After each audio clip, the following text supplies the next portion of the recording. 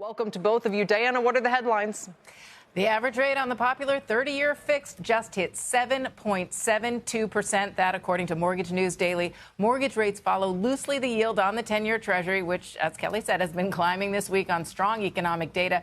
Rates have not been this high since the end of the year 2000.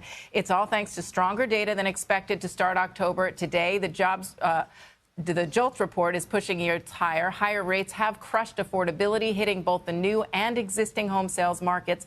While builders had been benefiting from the tight supply of existing homes for sale, higher mortgage rates are a major concern now. Builder sentiment slipped into negative territory in September for the first time in 5 months. Now, to put these rates in perspective, for a borrower buying a $400,000 home with 20% down on a 30-year fix, the monthly payment today is about $930 more than it was when rates were at 3% during the height of the pandemic. And Kelly, that is real money, and that is having a very chilling effect on home sales. And Andy, I'd turn to you because a lot of people have said maybe the nascent hoped-for rebound in the housing market is now evaporating, especially after the latest round of housing data.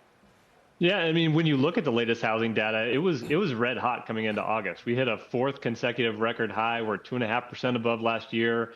Annual home price growth rate, which is kind of that headline number everybody looks at, was effectively flat back in May and then re-accelerated to 3.8% and was ready to push higher. But you're absolutely right? Buying power is down roughly 6% from when those numbers came in. So it could take some of the steam out of what had been a pretty hot housing market this summer and heading into the fall.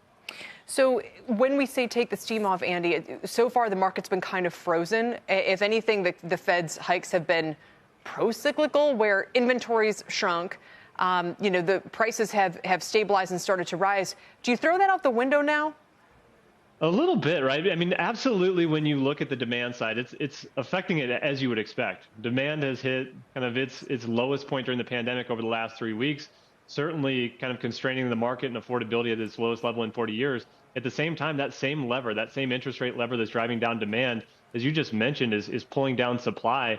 And we're actually 8% below where we were last year in terms of supply. 70% of markets are down year to date on a seasonally adjusted basis. And so, it is causing that gridlock in the market. You're seeing this constrained demand and further constraint expected from these rising rates. But the big question when it comes to how will the market react is, what's inventory going to do? Are we going to see any kind of inventory building here over the next few months? If so, yeah, it could cool prices down. If not, you're going to just see this stalemate play out in the market. Diana? But Andy, I was wondering also, we saw prices actually pull down at the beginning of this year when mortgage rates were actually lower. Prices then started rising this summer when mortgage rates were rising, which is not the way the housing market usually works. When is that dynamic going to change, as you said, that we will see prices fall? And if so, as you were just saying, how much do you think prices can come down?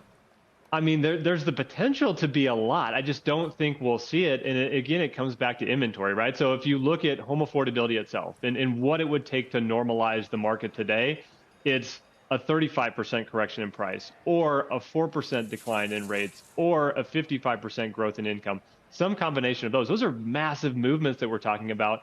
And none of them are going to happen in a vacuum. And none of those one single factors is going to make the move, right? So there's this big potential for movement. There's this this view that housing is overvalued. The problem is that the lack of inventory is keeping those prices very, very sticky when they should be pulling back. And, we just haven't seen that inventory build. Now, in the last few years, there's been this late year kind of, above seasonal average growth in inventory. And that's what we're going to be really watching over the next few months. Do we see what we saw in late 2021? Do we see what we saw in late 2022, where you started to see that inventory build and prices soften? We've started to see some hints at it, but haven't seen a big move yet. So we'll be watching that inventory data really, really closely because that's really going to tell us where home prices are going late this year. All right, that's a great point.